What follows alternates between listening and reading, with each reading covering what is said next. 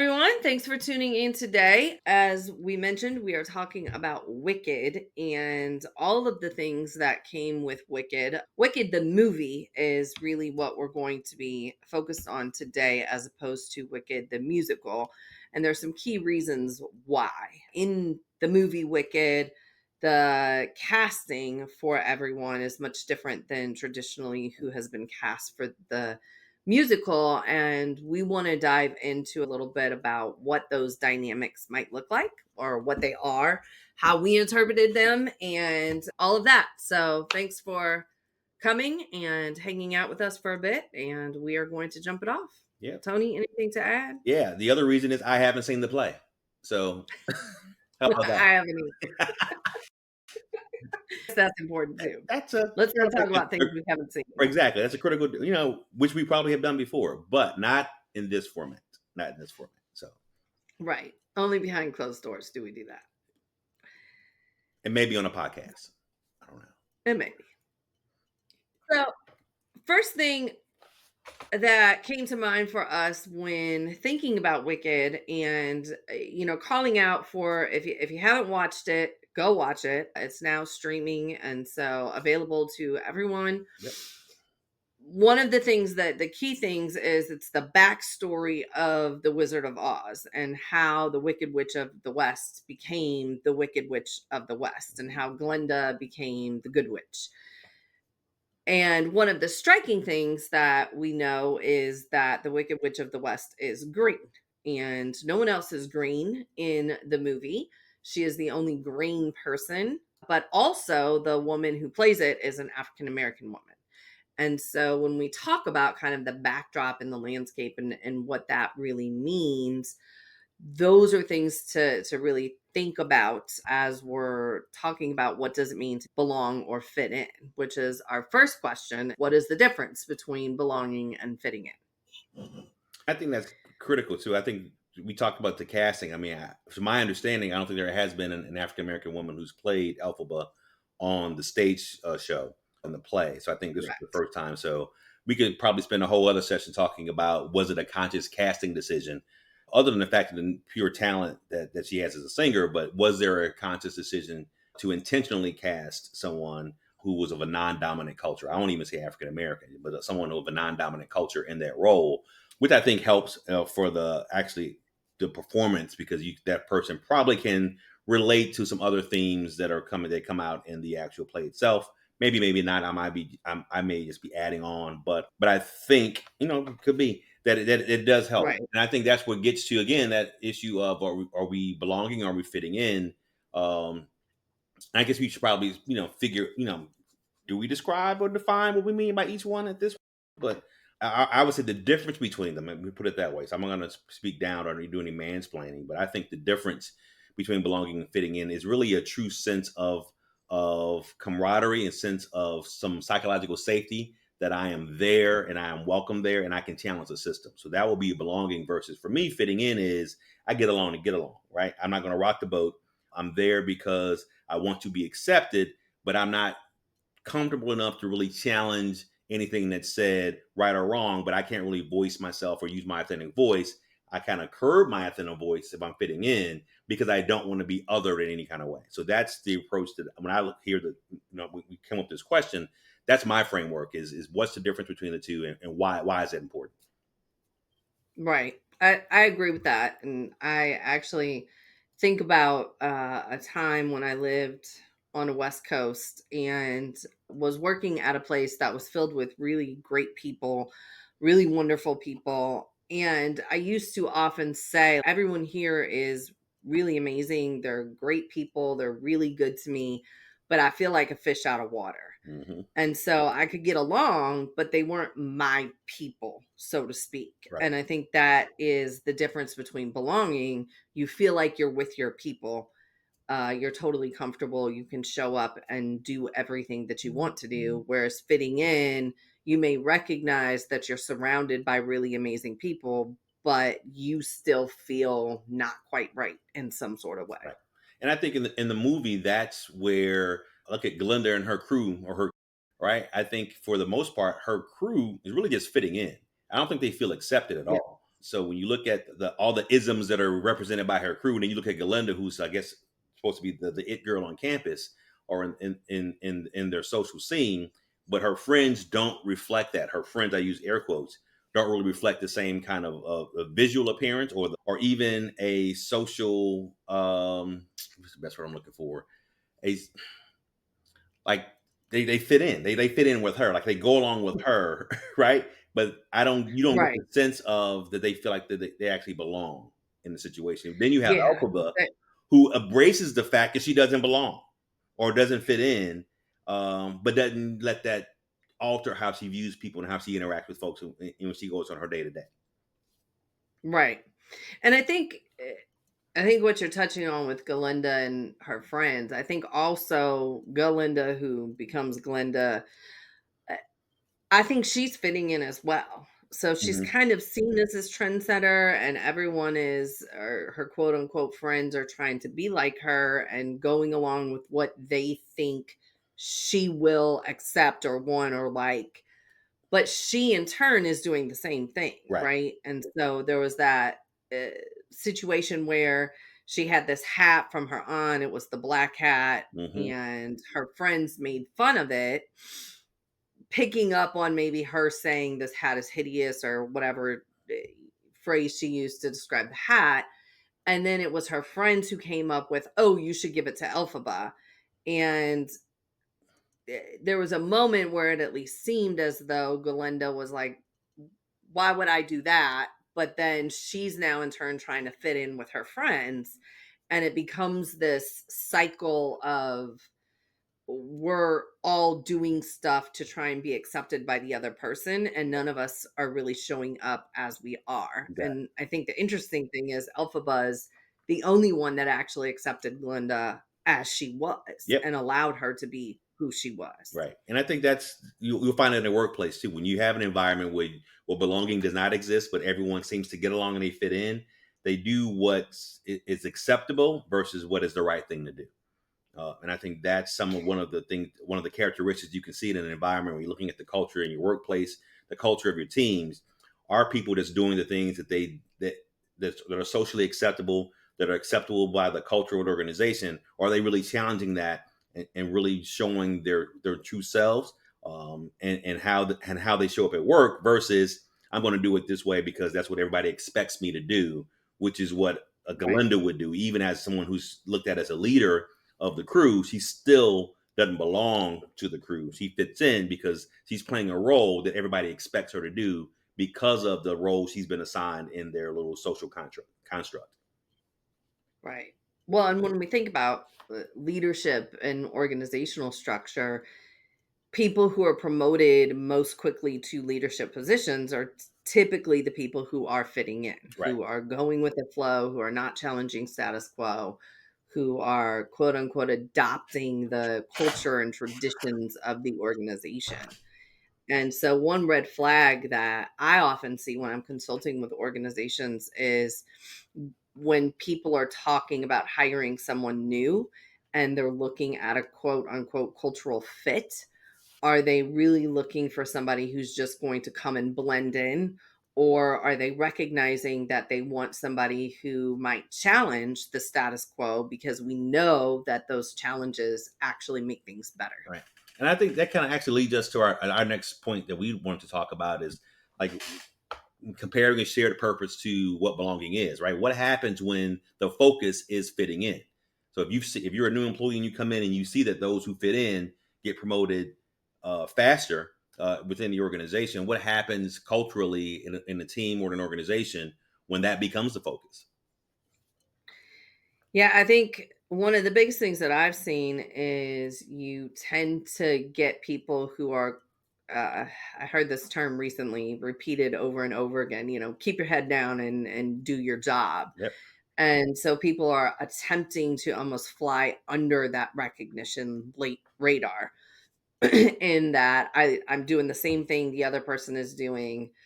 Ultimately, what it does for the organization, if everybody is so focused on being the same, you're going to lose out on innovation. You're going to lose out on problem solving. People may even not speak up when they see a problem because nobody else is speaking up. And if I'm trying to fit in, Anthony's not saying anything. So maybe I thought it was a problem, but maybe it's not really a problem. Right. So people might even start second guessing themselves. Exactly. And I think you see it. An example for maybe our listeners is when you see some of the professional athletes who start to speak out on social issues and they're told to shut up and dribble, right? I Yep. think that's the same type of thing. Like, no, you were hired to do a certain thing. We don't want to hear your voice. That's not what we watch you play. We don't want to hear what you have to say. We want you to shoot, score some points. So I think that's you can make that same analogy in the workplace as well. Is that you have people who probably want to speak, who have ideas, who have constructive criticism for their organization. And let's be clear, I don't mean, we're not supporting folks who are just negative just to be negative, who always have some kind of gripe about the organization, but never any put any effort or time into a resolution. That's not who we're talking about now. We're talking Right. about the people who really have and care about the work that they're doing, the work the organization is doing, the work the team is doing, but don't contribute because of that lack of belonging in the organization, and and let's call it what it is, the fear that if you speak up, that something you're going to be a negative repercussion or negative consequence in the organization. So as a leader, which we hope you guys are listening, is that you want to make sure that you're creating an environment where those people who do care, who are looking at the value of their work and the quality of their work, that they have that sense of acceptance so they can bring those ideas to the forefront to help the team, the product, become better at whatever you're doing as an organization. Yeah, I think the only other thing that I might add to this is I was thinking about, when you are trying to fit in, and we see this happen a lot in people who are from underrepresented groups in the organization. Mm-hmm.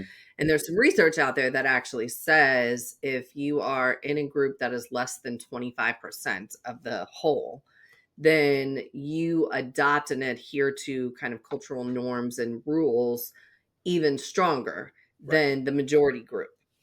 And what we've seen sometimes is, let's just say I'm well, I am a woman. We won't just say that, but if I'm a woman that is in a male dominant uh workplace, and all of the sudden you hear me being more critical of a potential woman who's going to be hired, or saying something like, let's not, dumb things down and let these women come in here and mess stuff up for us. Right. There's that sentiment of like, I have made it, I now fit in, but I still see other people who share some identity characteristic with me as different Yeah. and as potentially screwing up the good thing that I've figured out. Right.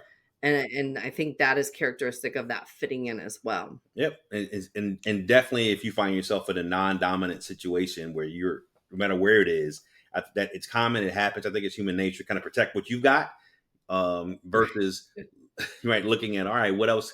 What can I do to make it better? It's like, nah, no, I'm not going to rock the boat. I mean, it's good here. I got my good benefits. Everybody likes me here. I'm cool. I got I got friends at work. I don't want to rock the boat. I don't want to do anything that's going to jeopardize my station, with bringing in other non-dominant people, right? So Right.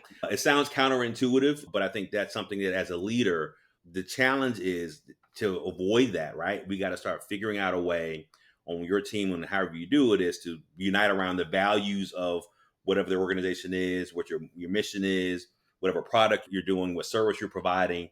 That it's hard to pivot then from everybody that's doing their job and everybody's getting along to uniting around something else, so that those other ideas start to surface and people are able to then communicate and articulate some of those new ideas, challenge some of the status quo.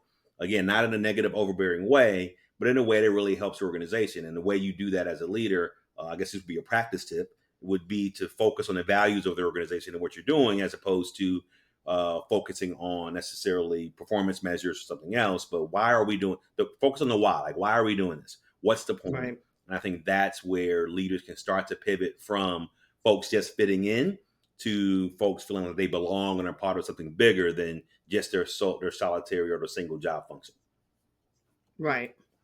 I think the other thing is also focusing on the specific behaviors. So, uh, if we're all focused on the why, then we're more likely to see people contributing new ideas or asking questions about a plan to either gain better understanding or to offer better solutions, Right. right? Not to complain.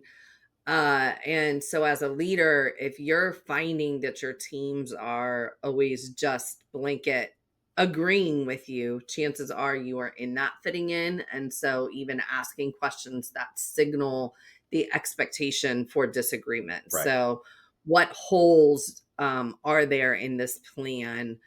uh, Give me a couple strategies that might make this even better. What questions do you have? Those are all ways of asking those questions Yep. that signal I'm not supposed to just say, yeah, this is great. I'm Right. supposed to actually challenge a little bit in Yep. this moment. And so maybe that's another kind of workplace tip for leaders Yep. is pay attention to how we're questioning. And not only, but and I think it probably starts before the questioning. I think so. I was reading an article the other day that really the biggest thing is that for that leader has to be transparent, and a leader has to be somewhat vulnerable themselves, right? So it's admitting Yeah. when you make mistakes, like, hey, I thought this was going to be a great idea.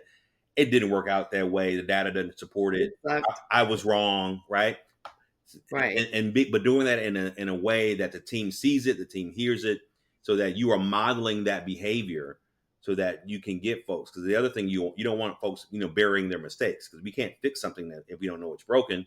So if your team members are Right. doing something that's wrong, they're not getting it done right, but they are afraid to say how they messed up because they don't because they're focusing more on fitting in and being accepted versus actually making it better. They're not going to be willing to say anything that's going to damage their station or where they how they fit in.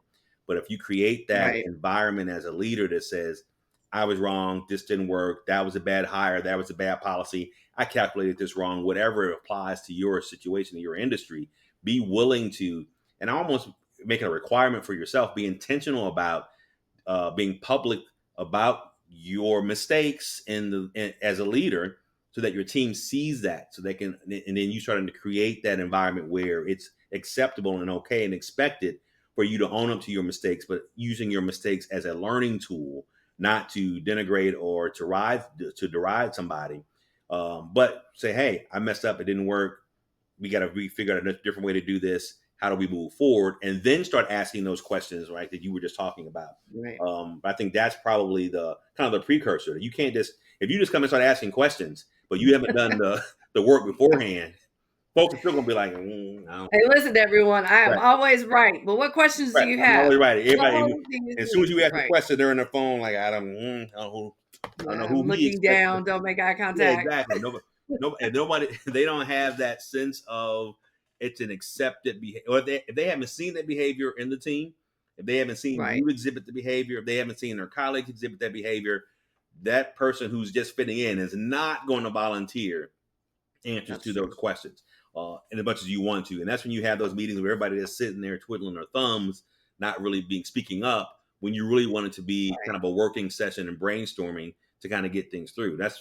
And I think that's something Yeah, that that's a really good point. yeah, if you don't model that behavior and you're not being vulnerable and transparent as a leader, you're not going to get be able to pivot from a culture of fitting in to a culture of Right. belonging if you're not willing to do that yourself as a leader. Right.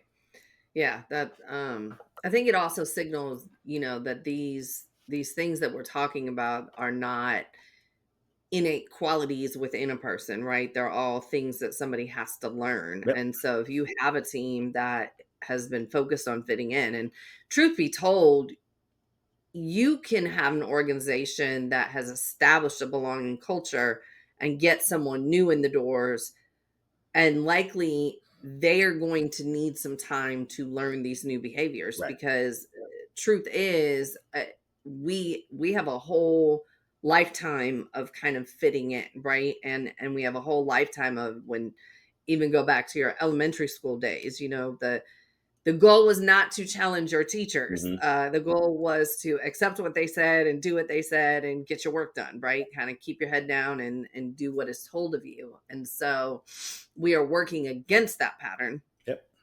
And like you said, if in order to learn a new behavior, you have to see it Right. first. So if the leaders aren't doing it, you can preach it all day long, but it's never going to stick. And the reality is that we've got hundreds of years in this country of successful businesses that did not have a culture of belonging, right? Right. And so they got a culture of getting it done, Right. getting the work done, put your head down, nose to the grindstone type of behaviors and thoughts of actually being productive and performing well. And I think what the studies are showing now is that if you look at really high performing teams, one of the critical qualities that they all have is that there is a sense of belonging among that team.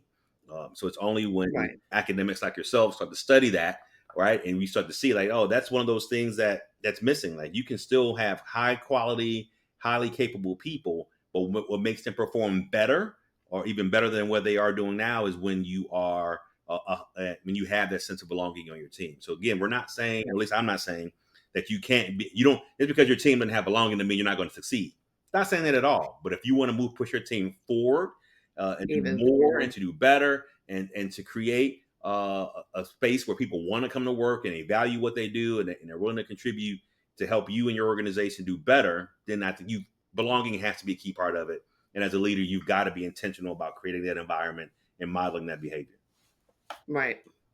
Well, and I think we also have to recognize that while there have been companies for hundreds of years that have been successful without cultures of belonging, we do have some generational changes, Mhm. and I think much larger generational changes than we have had in the past as it relates to Right. the workforce. Yep. Technology has sped up the rate at which culture changes. And we now have people entering the workforce and who are in the workforce who are much more focused on what value do I bring. So, what is the why behind the work that I'm doing? What is the vision of my team, of my organization, of my specific position? And I'm quite frankly not going to work and not work well if I don't feel I belong and I don't feel I'm contributing towards the shared vision. Right. And so I think it will be interesting. I won't be around for it, but in 100 years, for somebody to kind of look back and say, society and culture changed in this way, and we saw this generation of people coming in with a different set of values, so to speak. And did we find that organizations that embrace belonging versus organizations that were like, we've been doing it this way for 100 years and we've been fine, if we also saw that shift? Right. Because I think we're seeing that shift, Yep. and I think in 50 years, probably even far less than that, belonging is going to matter much more organizationally than it does even right now. Yep. And I think that ties us to our next point is that it's a journey. It's not going to happen over time,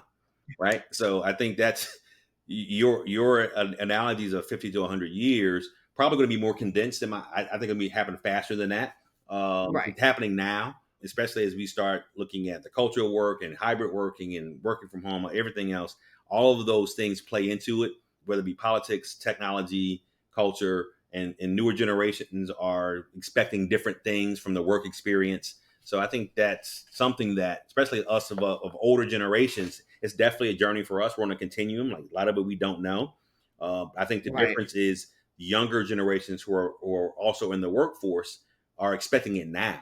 And so that's I think really the balance is that you'll hear younger folks saying, oh, well, I can't be my authentic self at work. I'm like, no, there's some stuff you're doing at work that you shouldn't be doing at work versus older generations are like, hey, let's get it done. We want everybody to get along. So it's merging those two. And I think the way you get that done in an effective way is through belonging, but it's going to be a journey because you've got folks learning about each other, dealing with the constant change in technology around, and depending on what industry you're in, it can be faster or slower, depending on what you do and what you as an organization. But I think that's the key thing is that as a leader, that don't expect this to happen overnight. Don't expect Right. to listen to this podcast, have your HR team bring somebody in or conduct a training on themselves of what belonging and psychological safety means. And then the following week, everybody's going to be getting along and you're going to be much more advanced in your Whole new organization. team. Right. It doesn't work that way. It is anything that you are going to invest in your people is going to take time. This is no different. And I think for probably the hardest thing for leaders, especially older leaders, is to realize that in order for belonging to work in your organization, it's going to start with you. And so a lot of that work that Yeah. has to be done is going to be self-development of work that you as a leader have to intentionally do and model, like we said earlier, that your employees then kind of buy into because they see you doing it, and they see that Right. some of the braver employees or their colleagues are sticking up, stepping up, and doing the same thing, and they think, oh, it really is a culture where I can express an opinion, Right. again, well informed opinions. Don't come with your crazy ideas with no data, right? So we still you Right. still got to do the work, but you should be able to express those opinions, express those ideas, bring those new concepts to the table, or challenge the existing ones, but in a way that makes sense, that's smart, but again, around the point of making the organization better. But it's going to take time. It's going to Right. take time. Well, and understand that you're gonna make missteps and do things wrong. And I think that goes back to the point that you made is recognize those and Yep. call them out, right? So, there may be a meeting where somebody offers an idea and I glaze over it because I'm focused on other deadlines or something else that's happening. Right. And maybe I think about it after the meeting's over. Well, guess what? Next time you all are there, you can actually call out that and Yep. say, I want to revisit this.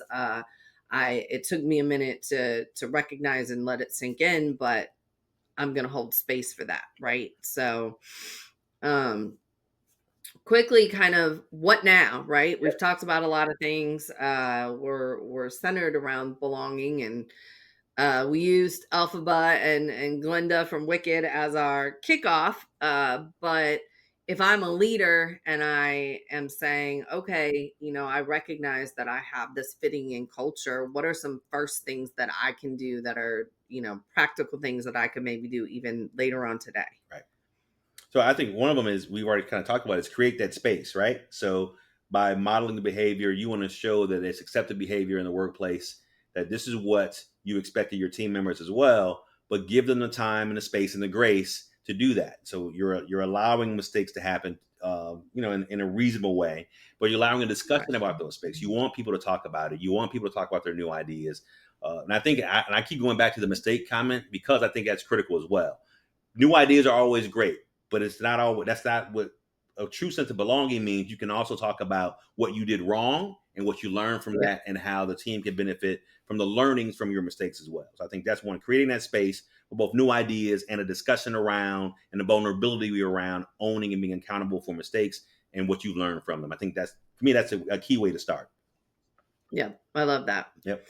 I think the second thing is celebrating wins together. And I'm going to add that a win is somebody sharing a mistake, Yeah. right? Yep. I keep thinking about, as we're talking about, like share mistakes, share mistakes.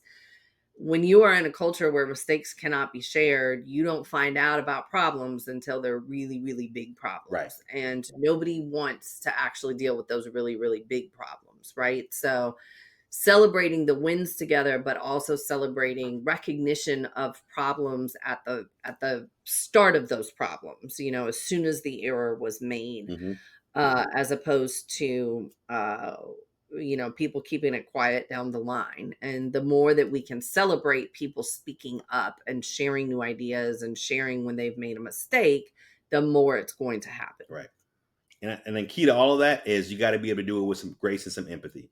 I think we could probably do a whole separate show on empathy and its role in the workforce, and especially with belonging. Absolutely. But you got to have a space of understanding where people are coming from, why they did what they did, and how that drives their decision making process, and being able to again emulate that, to model that behavior, showing what empathy looks like, so that your employees and your team members really do feel like even if you don't understand it, you at least are trying to understand, at least you care about what that impact is on them, and how they're doing in the workplace. But I think that is an underlying thing kind of throughout all of that, is that this only works if you have some empathy. Like, you can't create a culture of belonging if you don't have a base of empathy to kind of begin with. So Yeah. that would be my final point. I think that's a great way for folks to kind of look at this and understand what they can do to really start to implement some of this stuff in their day-to-day life at work. Yep. I agree with that. I think that is a great place to leave it. Yep.